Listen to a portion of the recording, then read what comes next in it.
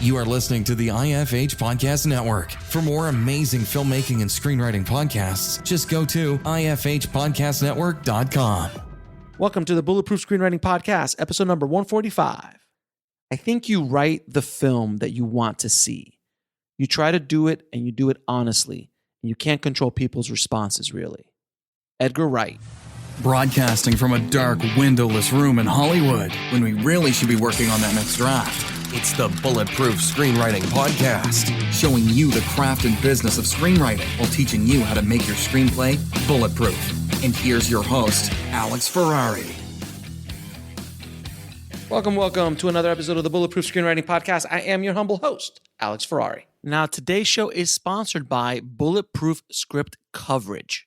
Now, unlike other script coverage services, Bulletproof Script Coverage actually focuses on the kind of project you are and the goals of the project you are. So we actually break it down by three categories: micro budget, indie film market, and studio film. There's no reason to get coverage from a reader that's used to reading tentpole movies when your movie's going to be done for $100,000. And we wanted to focus on that at Bulletproof Script Coverage.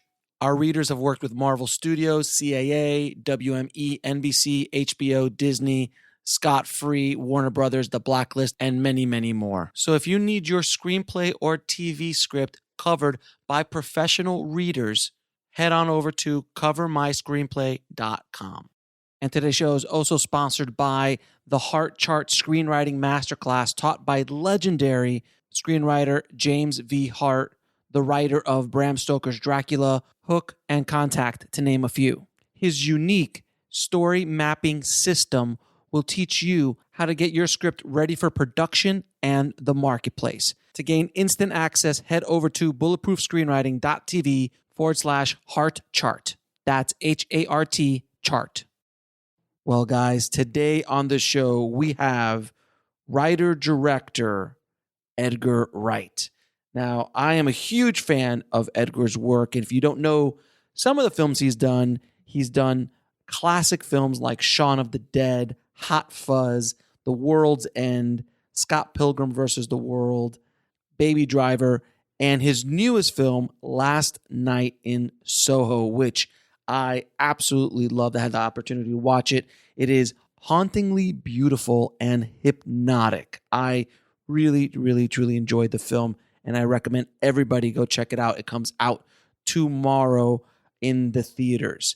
Now, Edgar and I had a fantastic conversation. We go deep into the weeds of his career, including how he started with his short films, an unreleased feature film that he did, his origins of Shaun of the Dead, and so many other things, and how he put together his latest film, Last Night in Soho.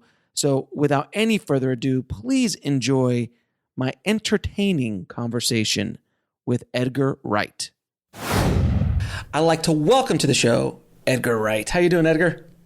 I'm good. How you doing? I'm doing great, man. I'm doing great. Thank you so much for coming on the show, man. I had the pleasure of watching your hypnotic, beautifully haunting film Last Night in Soho yesterday, and it was beautiful, man. It was really, really. It's like I was telling someone earlier today. It's just so nice watching a film when you have a filmmaker, a storyteller. You're in good hands. So thank you. Oh, thank you. So I wanted to jump in first and ask you, what was the film that lit the fuse for you to become a filmmaker? Oh, I think, it wasn't exactly a film, but it was like a documentary about a filmmaker, and it was related to the films.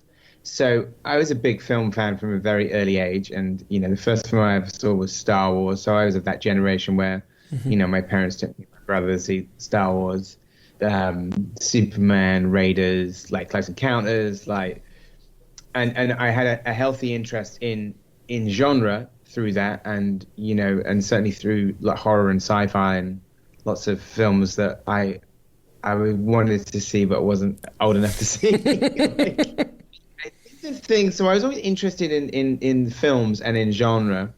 But then the thing that kind of really flipped the switch in terms of I want to be a director was a documentary on British TV called The Incredibly Strange Film Show, which was hosted by Jonathan Ross. You can actually find it on YouTube. Nice. And they would do profiles on different directors. So they would do like Russ Meyer, Jackie Chan, George Romero, John Waters, and this is on like network TV. And then there was one episode about Sam Raimi, and watching that episode, and at that point I hadn't seen Evil Dead or Evil Dead 2, but I certainly knew what they were, and because my parents didn't have a VCR, like it was films that I was like too young to see at that point, but also, you know, it was not like I was able to see them even on VHS at that point. But seeing this documentary about Sam Raimi and seeing his story about being a teenage filmmaker and basically making a movie in Michigan, it just kind of blew my head off. I just thought, wow, okay, that's what I want to do. And so, because around the same time, my parents had bought me and my brother a secondhand Super 8 camera. Mm-hmm. It was one of those presents which went over, you know, like a joint, like Christmas and birthday present. Of course. But this was like for me and my brother. So it was like one present that went over 4 events. That's awesome. So my mum and dad really sort of, this was like a big deal present. And I had this Super 8 camera, and then I saw this documentary where Sam Raimi was making Super 8 films at school. And then, like, you know, a matter of years later, he's making a horror movie. So I just like completely, that was the light bulb moment. And then after that, I saw Evil Dead 2 first, and then later saw Evil Dead, because there was a period where it was banned in the UK. It was banned in video now. So that was the thing. It was sort of like Evil Dead 2, but through this documentary. So that brings me to the next question, Dead Right. How did you make it? I know it was shot on Super VHS. For everyone listening, Dead Right was one of your first short films, correct? I mean, it's not a short film. It's like 70 minutes long. Yeah, I saw that. I mean, it's quote unquote a short film.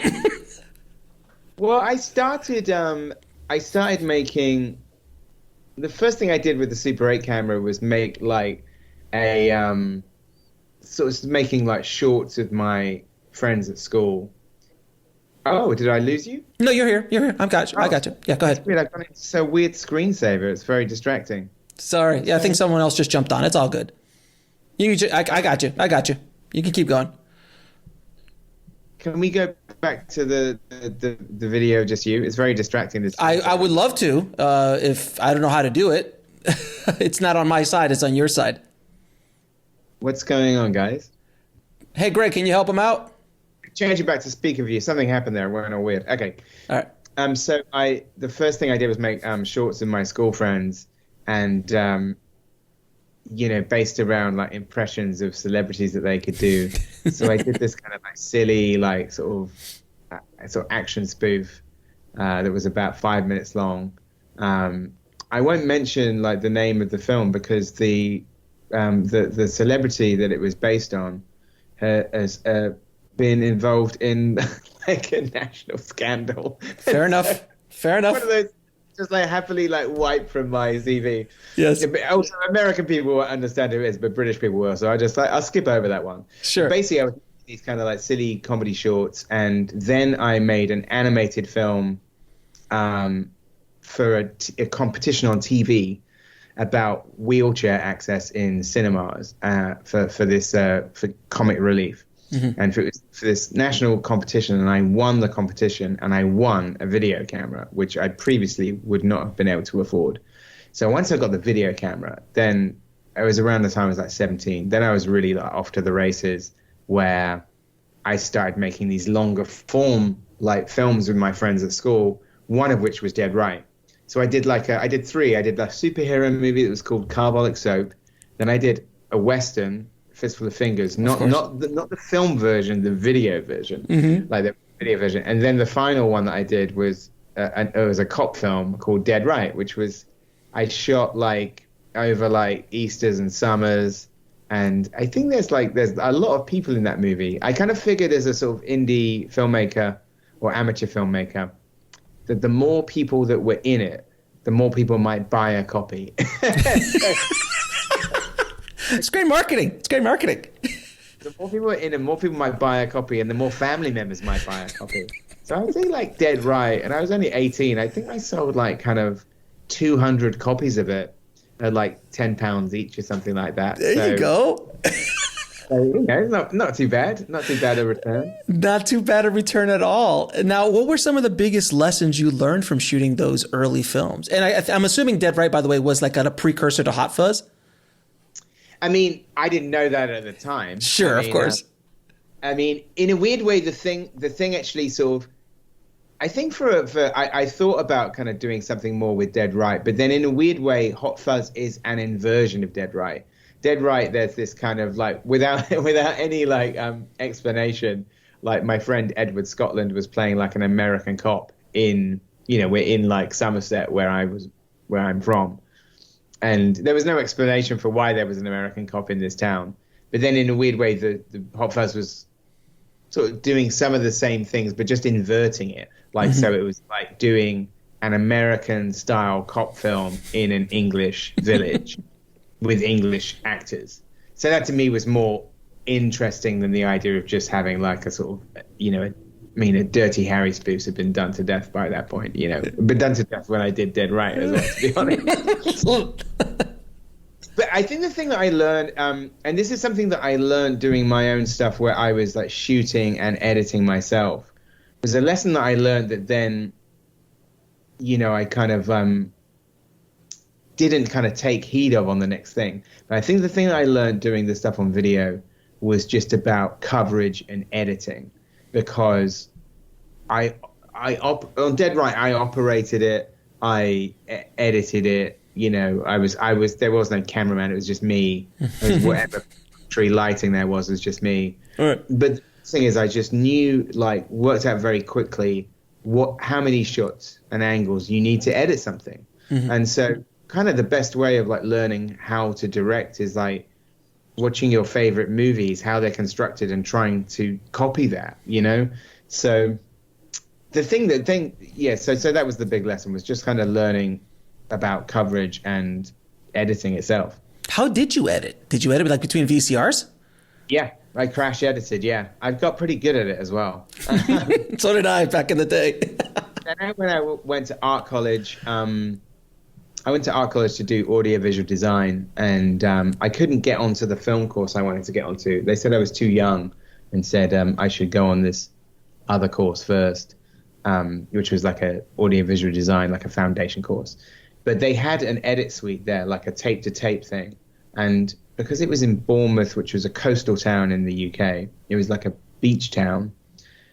Something was interesting is whenever the weather was good, nobody would be at college. Like everybody would go to the beach and the college campus would be deserted. And I took advantage of that because I was thinking, as you can see, I'm not really a sun person. So whilst all of my, you know, classmates are off down the beach sunning themselves, I'm going to get in that edit. So sometimes I'd sort of take the key and I'd go in on like Saturdays and Sundays and I'd just learn how to edit. And That's awesome. I'd be editing Dead Right on that machine, tape to tape. And also I would put together compilations of film clips, like to music. And I also sometimes would re-edit movies. Like I had Evil Dead, when it was re-released on video, was re-released cut by like kind of 2 minutes by the BBFC. But a friend of mine at college had an uncut copy of Evil Dead, which was like 9th generation, so it was pretty gnarly. Nice. And I thought, well, if I take my 1st generation copy of the cut version and then I splice back in the cut bits, then it will be better than the 9th generation version. I remember telling Sam Raimi, I met Sam Raimi, I told him this story that I'd actually like spliced together my own VHS copy of Evil Dead. And I think he looked at me like I was insane. That's awesome. Now, you obviously are a very prolific writer. How do you approach writing? Do you start with characters? Do you start with plot? What is your approach? I mean, usually there's a storyline. I mean, certainly in some cases, the storyline is very clear in my head, as it was with Last Night in Soho. With Baby Driver, it's like you sort of had a general idea, but it kept sort of just kind of like developing. But when I'm actually writing, even if I have the story, a big part of it is just kind of like, I would call it creative procrastination.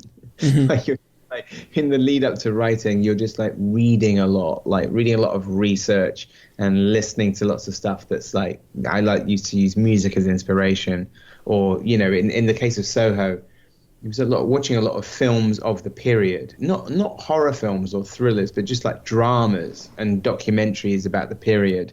Right. So it's just that thing to kind of get you in the mood. And I think there's that point where you kind of keep sort of creatively procrastinating until, you know, your treatment document gets so much bigger and bigger to the point where now I'm writing the screenplay. So it's not necessarily the most efficient way of doing something, but it's the way that I tend to work. It's a bit different when you have a co-writer, because then you know, then it can be a bit more formal, because, you know, with Night In Soho, which I wrote with Kristen Wilson-Cairns, she came on to write the screenplay with me at a point where I had the story sort of kind of pretty clear, and it was all like mapped out and tons of research, but it was a matter of like, then, okay, let's sit down and write the screenplay. Right. So when you have a partner, they keep you honest, is basically what you're saying. I think sort of it goes both ways. I mean, I feel like somebody's always got to be good cop and bad cop. Right. Anyone who's Simon Pegg, and he won't be annoyed that I say this, and he cannot deny it. But definitely in the writing of like Shaun and Hot Fuzz, I was definitely good cop. I was like the headmaster cracking the whip, and Simon was the one who was kind of trying to sort of negotiate down the amount of time we spent in the writing room on a daily basis. Simon is an amazing writer, so it kind of all worked out. But I always found it funny that he was always, you know, wheedling around like, hey, I might not be able to make it in until like, you know. So he's brilliant. He's, you know. Now, you've directed some amazing action sequences. I mean, from Scott Pilgrim and obviously Baby Driver. How do you approach directing some of these big set pieces? I mean, Baby Driver alone had so many car chases and like big stuff going on. How do you approach it as a director? How do you even approach going to that? I think just a lot of planning, basically. I mean, in the cases of Scott Pilgrim and Baby Driver, you know, I storyboard everything, and you do like, and yes, obviously what's written on the page, which is almost like it's the screenplay, but it's kind of like a beat sheet of what's going to happen. Then you draw it, and then working with a stunt team that is embellished, especially on something like Scott Pilgrim with like martial arts, is that, you know, we would draw like the key frames, but what like the sadly late Brad Allen would do is like sort of like he would do the sort of like, for every frame is like kind of like 5 to 8 beats. So, you know, they kind of like sort of like brilliantly embellish on like the drawings, because you don't like literally draw every punch. With Baby Driver, like it was a sort of a more interesting situation where we have the songs and we know what the duration of the songs are. So we're kind of condensing the action into the songs, which is quite a good way to do it in a way, because sometimes when people on big budget action movies, they just like shoot and shoot and shoot and just figure out in the edit, and they don't really have like the kind of like the shape of the sequence. But with Baby Driver, and also with Last Night in Soho, which isn't action but a similar thing, the scene is only as long as the song. So if you have the song kind of locked down and you know what that is, then it's like you kind of fit the story and the action into that, and it's quite a good kind of gives you, you know, really hard like you know, kind of limits basically to sort of, you know, because you're not going to start extending the music. It's like, let's make it fit into the song. Yeah, so you're backing into it. Yeah, exactly. Now, you have also done some, I mean, your comedy and your action. I mean, you're so known for both those elements and balancing them so well. As a filmmaker, as a writer, any advice on how to balance comedy and action in the way that you do? I mean, even Baby Driver had, especially the Michael Myers sequence, you know, with the band. How do you balance the two? I guess it's just like the comedy comes from the characters. So I guess it's sort of, if you've got, you know, like the characters have good voices and they have their kind of like strengths and weaknesses and their attitudes are well defined, then the comedy just comes out of that, you know. We'll be right back after a word from our sponsor. And now back to the show. So, that Michael Myers scene is just the idea of like the sort of the one gang member who's kind of not quite listened to the brief. I mean, it's funny actually, like sort of, I keep reading on the internet. It's like one of those kind of like facts, trivia facts that goes out there and it's wrong. Like people say, Edgar Wright wanted to use the Michael Myers mask and couldn't. They wouldn't, the sort of the Halloween like sort of owners wouldn't let him use it. So he asked Mike Myers instead and got the Austin Powers mask. And that's not true. The original scene was supposed to be 2 Michael Myers masks from Halloween and 1 Austin Powers mask. And that was the joke. Because even in the setup of the scene, Doc says, buy your masks separately so it doesn't look suspicious. Mm-hmm. So the idea is that they've all gone to the same shop separately and bought the mask, but one of them has got the wrong one. So that was the original scene. And then like very close to the shoot, we were told that we did have the Halloween mask, and then it was clear that we didn't. And to be fair to the kind of the owners of the Halloween franchise, they just didn't want the mask to be used in a funny sequence, which is fair. So as soon as I knew that wasn't happening, I called Mike Myers, who had already signed off on the Austin Powers thing, and said, hey, I've got a situation. I don't have the Halloween mask cleared. And I sort of said, what if it was 3 Austin Powers masks? And luckily he was like, yeah, great, fine. So I guess, I didn't answer your question. No. You actually know. It was perfectly, it's exactly fine. No, I think it's like you said, the characters. If the characters are well defined, you kind of just throw them together and, chaos ensues and comedy ensues in so many ways.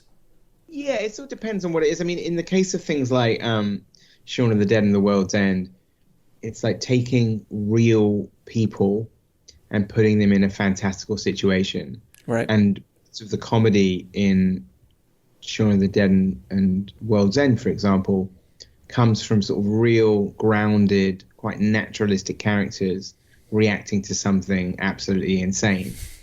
And that was always the thing, is like that was the kind of the key thing with Shaun of the Dead when we were writing it, and also trying to get it across to people, was that we didn't want it to be broad. We wanted it to be real and the sort of like keep the situation serious. Like the zombies are like serious and scary and could kill you, and the zombies aren't doing anything funny. It's like the human characters are doing the funny stuff. But then even all of their reactions we just try to ground it in what we think we would do in that situation, or how kind of like useless we would be in that situation. Right. Now, your new film, Last Night in Soho, how did that come to be? I mean, it's a very specific story. Did it come out of your dreams? How did that come out? I think it's like a sort of combination of things. I mean, one part of it is just having grown up with my parents' record collection, which was all 60s records. I had this like box. Well, I mean, when I say I had this box, they had a box of records, and they never seen, when I was growing up, play those records anymore. So I sort of like, when I probably about as early as 6 or 7, kind of inherited the vinyl player and put it in my room and just would listen to their records. And they didn't have, it's funny, the record seemed to stop dead at 1972.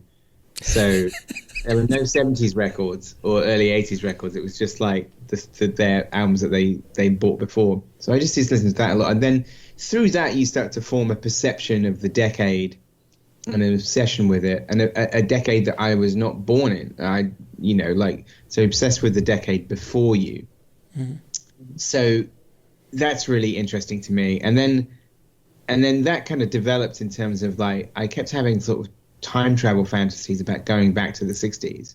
Wouldn't it be great to go back to swing in London? Wouldn't it be great to go to this club or see this film or be at that show?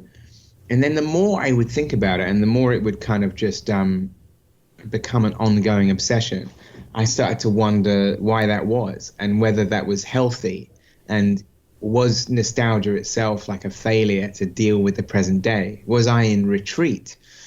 So all of these things started to formulate. And then the other big inspiration, aside from the genre elements that are in the film, but the other big inspiration is just being in London. Like, I've lived in London for 27 years. and I've spent more time in the Soho neighborhood than any like couch in any apartment that I've ever lived in. Mm-hmm.